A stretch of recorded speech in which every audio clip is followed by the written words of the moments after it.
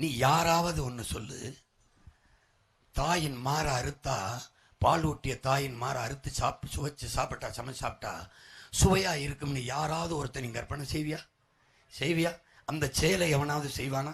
இவன் செய்கிறானே, பூமி தாயின் மாற அறுக்கிறானே மலையை, அதை கற்களின் குவியல் நினைக்கிறானே, மலையை மணலாகவும் கற்களாகவும் இவனால் பார்க்க முடிஞ்சிருச்சே. அந்த பூமி தாயின் அந்த மலை மார்பில் இருந்து தானே அருவி வந்தது. அருவியில் வந்தது, நான் ஆறு வந்தது, நீர் வந்தது, சோறு வந்தது, வயிறு வந்தது, உயிர் வந்தது, வாழ்க்கை வந்தது. இந்த அடிப்படை அறிவியல் உயிரியல் உண்மையை ஏன் நீ கற்கல?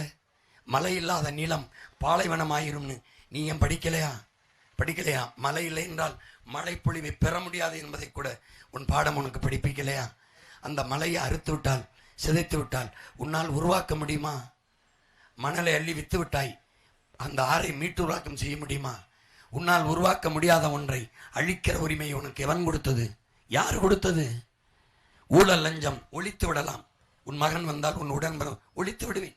தண்ணீரை உறிஞ்சி விற்கிறான், தடை, சேமித்து வைத்து விட்டு செத்து போவேன்.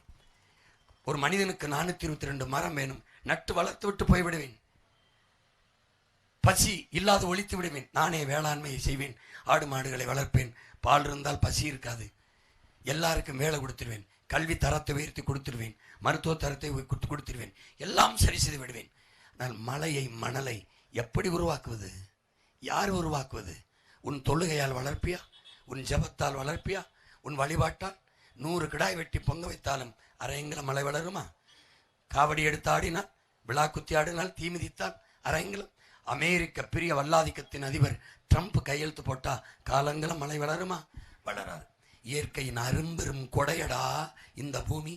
450 ஆண்டுகளுக்கு முன்னாடி இயற்கையின் அரும்பெரும் கொடை மலை. என்னை